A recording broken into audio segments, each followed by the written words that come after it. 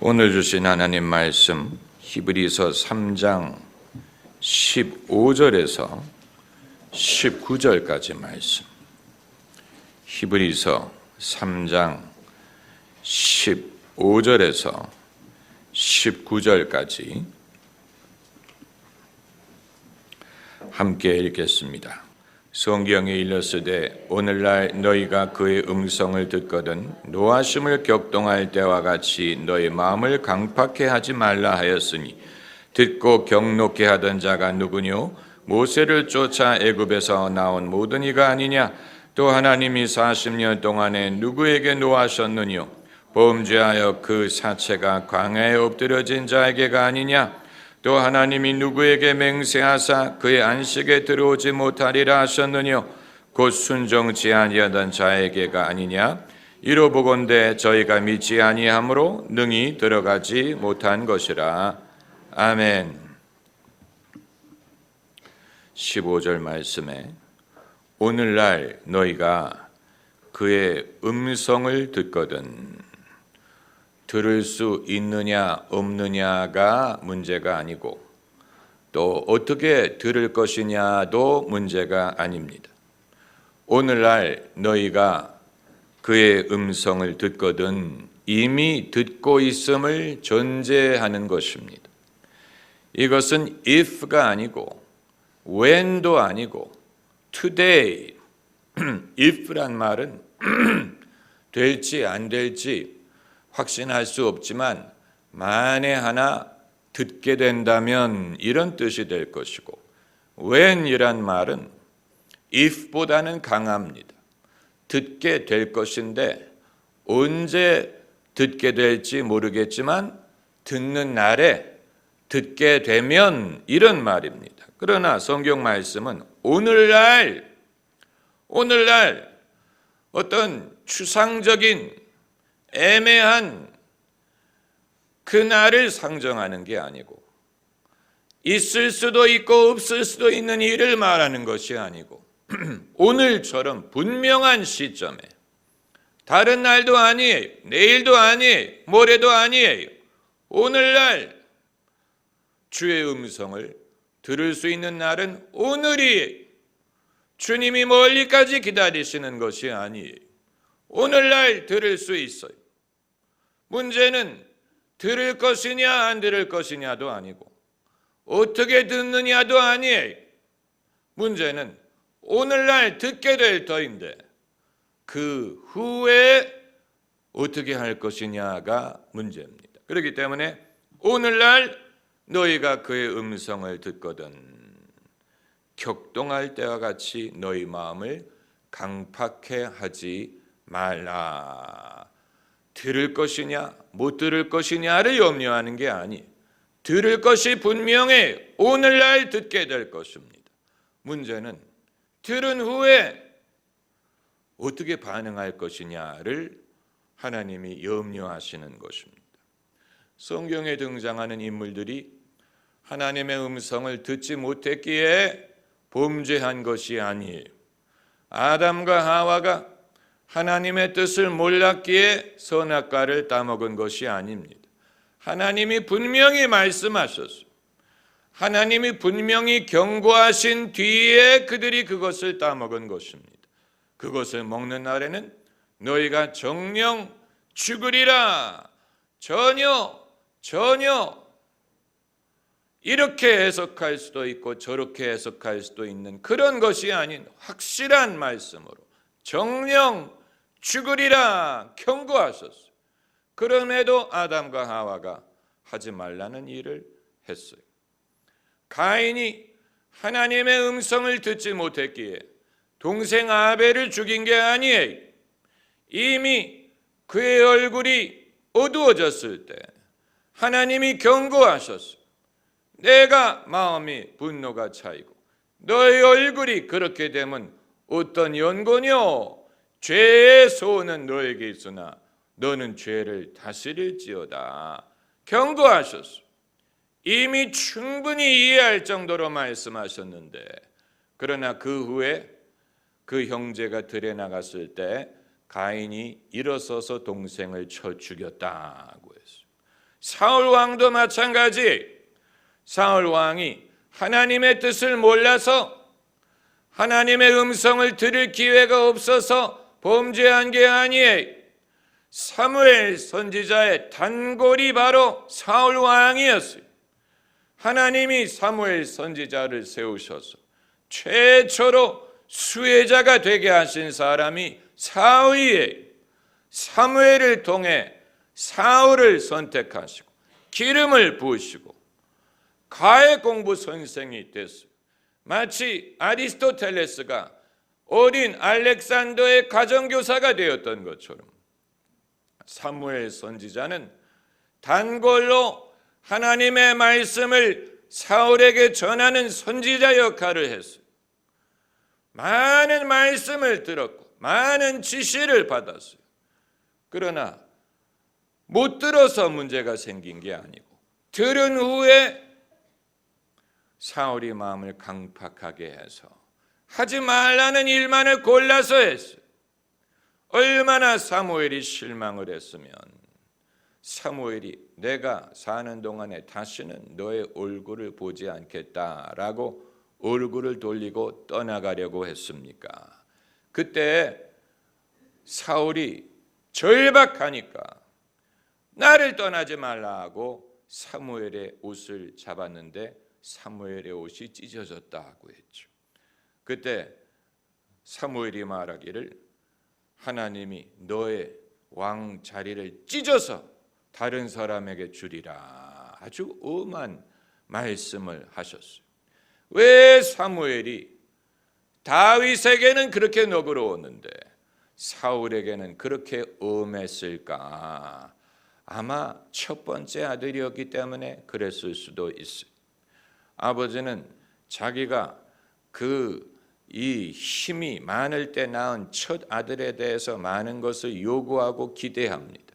그리고 둘째에 대해서는 좀 더 귀여워하고 너그러운 게 있는 것처럼 사울도 사무엘이 영적으로 처음 낳은 믿음의 자식이었어요.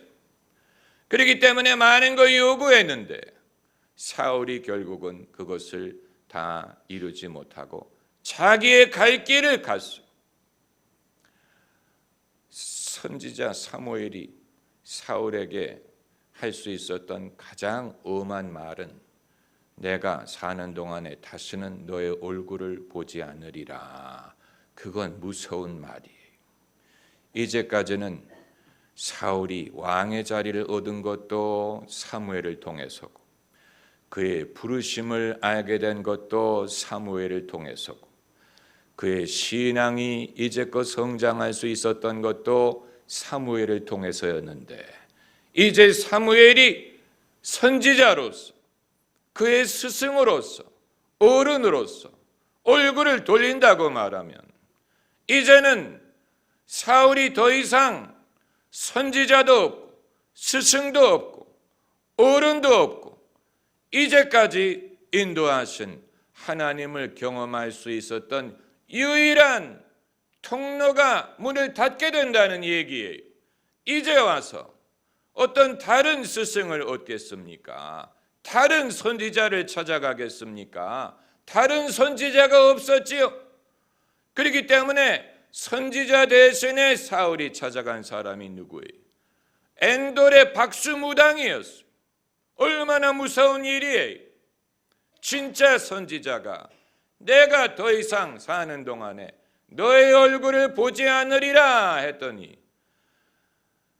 사울에게는 더 이상 하나님의 음성을 들을 길이 없고 그를 가르쳐 줄 사람이 없다 보니까 결국은 이 맥베스에 나오는 얘기처럼 맥베드가 이 마녀를 찾아가서 미래를 물어본 것처럼 왜냐하면 그의 양심에 더 이상 하나님이 인도하시려는 확신이 없었기 때문에 셰익스피어가 성경 말씀을 인용해서 맥베드의 스토리를 만들었으리라고 생각이 됩니다마는 그러니까 여러분 그런 일이 당연히 없어야 되죠.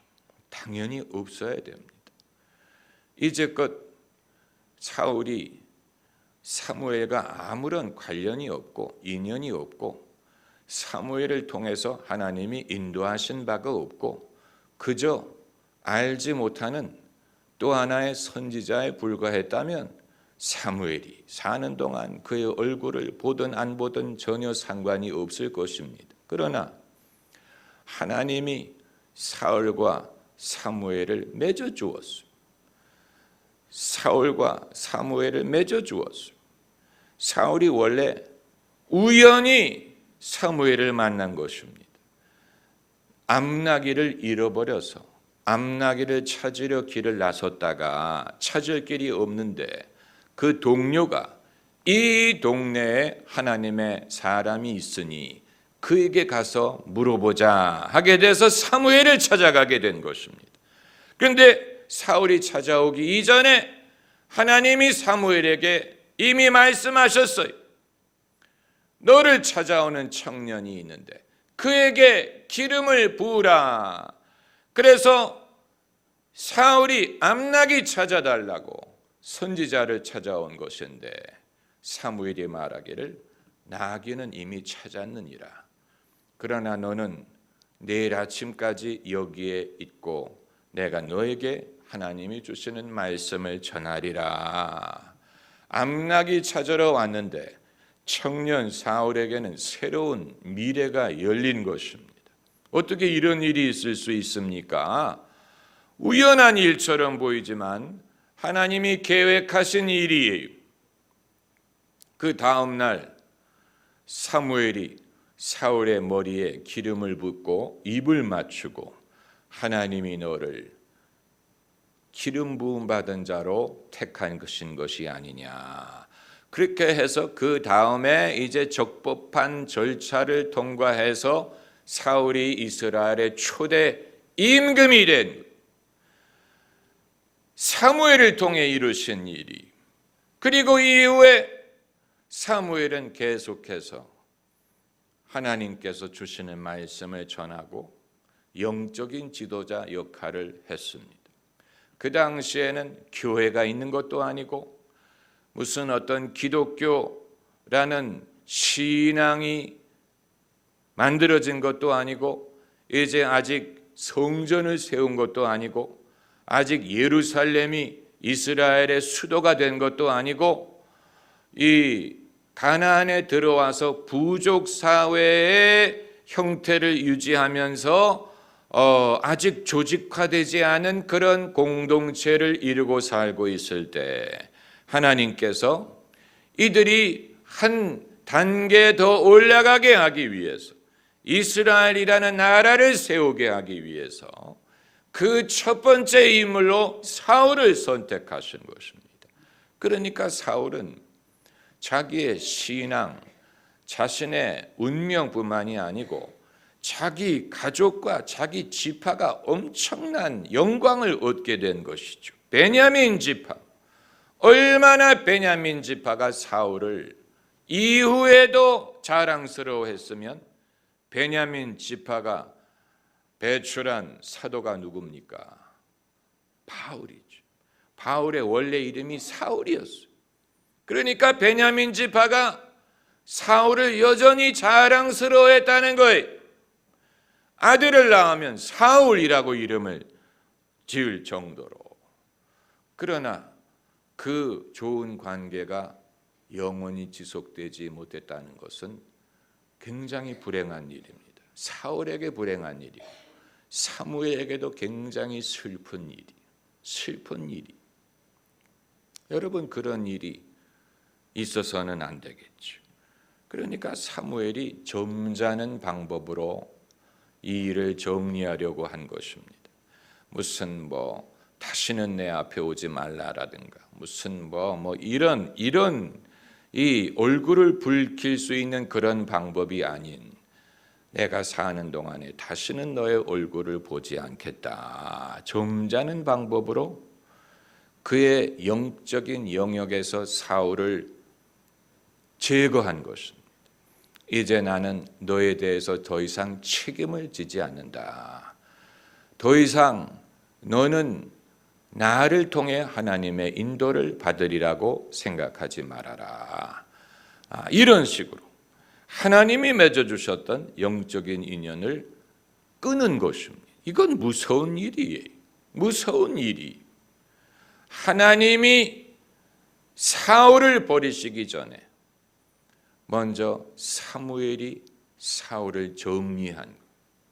그의 영적인 영역에서 내가 더 이상 너의 스승 역할을 하지 않겠고, 내가 더 이상 너에게 선지자 역할을 하지 않겠고, 너는 더 이상 나를 통해 하나님의 인도를 받으려고 하지 말고 이미 너에게 많은 기회를 주었는데 그것을 내가 매번 거부한 것을 봤을 때 이제 나는 내 역량의 한계에 도달했고 이 관계는 더 이상 나아질 수 없는 상황에 이르렀다. 그러므로 서로의 입장을 위해, 나는 나의 입장을 위해, 너는 너의 입장을 위해서라도 우리가 이후에 더 이상 얼굴을 보지 않는 것이 가장 당연한 결과가 되리라. 이제 이런 식으로 말을 한 것인데, 그러니까 그때 가서야 사울이 깨달은 거예요. 내가 큰 실수를 저질렀구나. 하나님이 사무엘 같은 선지자를 내게 붙여주신 것은 나의 일생에 한 번 있을까 말까 한 일인데 내가 그것을 당연하게 여기고 그것을 멸시하고 사무엘을 통해 주신 말씀을 내가 멸시했구나. 그리하여 이제는 이 선지자가 더 이상 내게는 선지자가 되지 않고 내가 그를 통해 하나님의 음성을 들을 수 있는 길을 차단하시는구나. 그제서야 깨달은 거예요. 그러니까 여러분, 이런 일이 사울에게만 있었으리라고 생각할 수는 없어요. 우리가 이런 일에 대하여 이해하지 못하는 이유는 그동안에 대한민국의 교회가 소위 민주화에 편승하여 과거의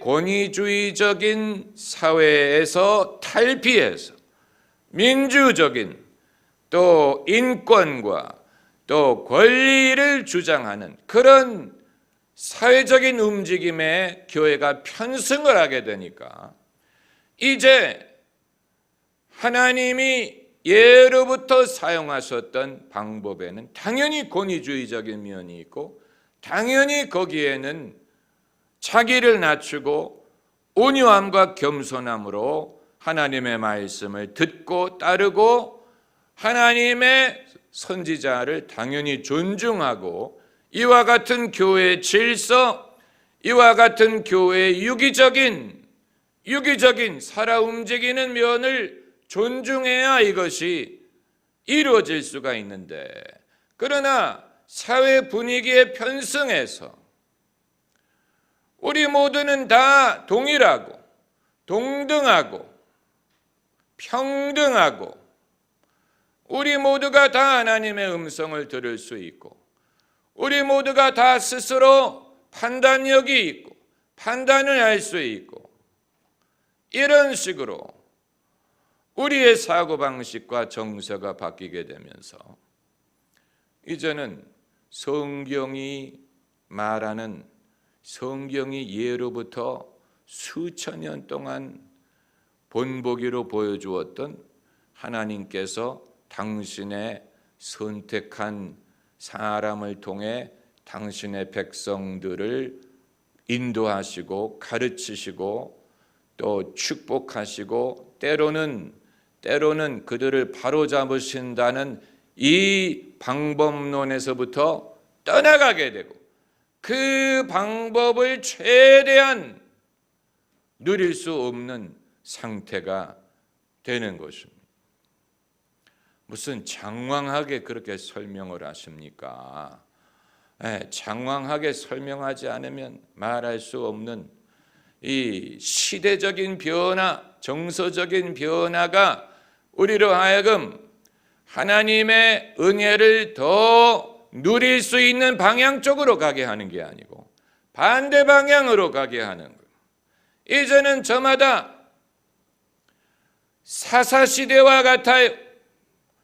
자기 마음에 좋을 대로 하는, 스스로가 임금이 되는, 스스로가 선지자가 되는, 스스로가 임금이 돼 스스로 판단하고 스스로 생각하고 다 하나님의 음성을 들을 수 있다는 전제 아래 그렇게 하게 되면 하나님이 교회에 세우신 사도, 선지자, 복음 전하는 자, 목사, 교사라는 직분이 불필요하다는 얘기입니까? 하나님이 교회에 선지자를 세우시고 가르치는 사람을 세우시고 또 당신이 사용하시는 사람을 세우시고 10부장, 100부장, 1000부장이 있었던 것처럼 그런데 그런 제도에 대한 근본적인 불신, 거기에 대한 저항, 그리고 독립적인 생각 우리는 다 독립적으로 스스로 하나님의 인도를 받고 그런 제도 속에 들어갈 필요를 느끼지 않고 그 모든 것은 다 불완전하기 때문에 우리가 스스로 독자적으로 하나님의 뜻을 듣고 하나님의 음성을 듣고 독자적으로 판단하겠다. 여러분 그것은 성령이 인도하셔서 그렇게 하는 것이 아니고 어떤 기존의 방법에 대한 반발의 결과로 그렇게 하는 것이라면 그건 하나님이 책임져 주시지 않습니다. 하나님이 인도하셔서 그렇게 하는 것이라면 책임을 져 주시지만 기존의 방법에 대한 반발의 결과로 그렇게 하게 되면 하나님이 책임져 주시지 않습니다. 그때부터는 You're on your own. 혼자예요. 사무엘이 내가 다시는 너의 얼굴을 보지 않겠다라고 말한 후에 사울의 입장과 같이 되는 거예요. 굉장히 영적으로 위험한 것입니다. 영적으로 위험한 것입니다. 자기가 여기까지 올 수 있게 도와줬던 사람이 사무엘 선지자예요. 사무엘이 기름을 부어준 거예요. 사무엘이 선한 길로 인도한 거예요. 하나님이 세우신 선지자예요. 장차 다윗을 세우기 위해서 준비시켰다고 볼 수 있죠. 그러나 만일 사울이 마음을 강팍하게 하지 않았다면 하나님은 그런 심한 방법을 동원하지 않고도 다윗의 왕조를 세우실 수 있었을 거예요. 반드시 사울이 전쟁에서 죽고 그런 어떤 극단적인 방법으로 다윗을 임금을 세우지 않더라도 얼마든지 더 쉬운 방법, 덕이 되는 방법으로 그것을 이룰 수 있었을 터인데 그러나 사울은 그의 정치적인 결정, 어떤 개인적인 결정을 말하는 것이 아닙니다. 임금으로서 그가 얼마나 어땠느냐 이걸 말하는 것이 아니고 사무엘 선지자와의 관계에 있어서 만약에 선지자로서 사무엘을 존중하지 않는다면 그렇다면 사무엘은 그에게 아무 의미가 없는 사람이 될 수밖에 없는 것입니다. 그렇죠. 그냥 나이 든 할아버지가 될 수밖에 없는 것. 내게 간섭하는 사람이 될 수밖에 없는 것. 나를 불편하게 이래라 저래라 타박하는 할아버지밖에는 될 수가 없는 그에게 선지자가 아니라면 선지자가 되고자 하지 않는 것입니다. 사울이 마음속에 사무엘을 선지자로 존중하고 따르려고 하지 않는다면 사무엘도 그에게 선지자 역할을 할 수가 없는 아무리 천사의 말을 한다고 하더라도 아무리 모든 계시를 알고 비밀을 안다고 하더라도 그러나 선지자로서 존중하려고 하지 않는다면 그 모든 것이 헛되이 그 모든 것이 무익한 것입니다. 유익이 되지 않는 거예요. 사울에게.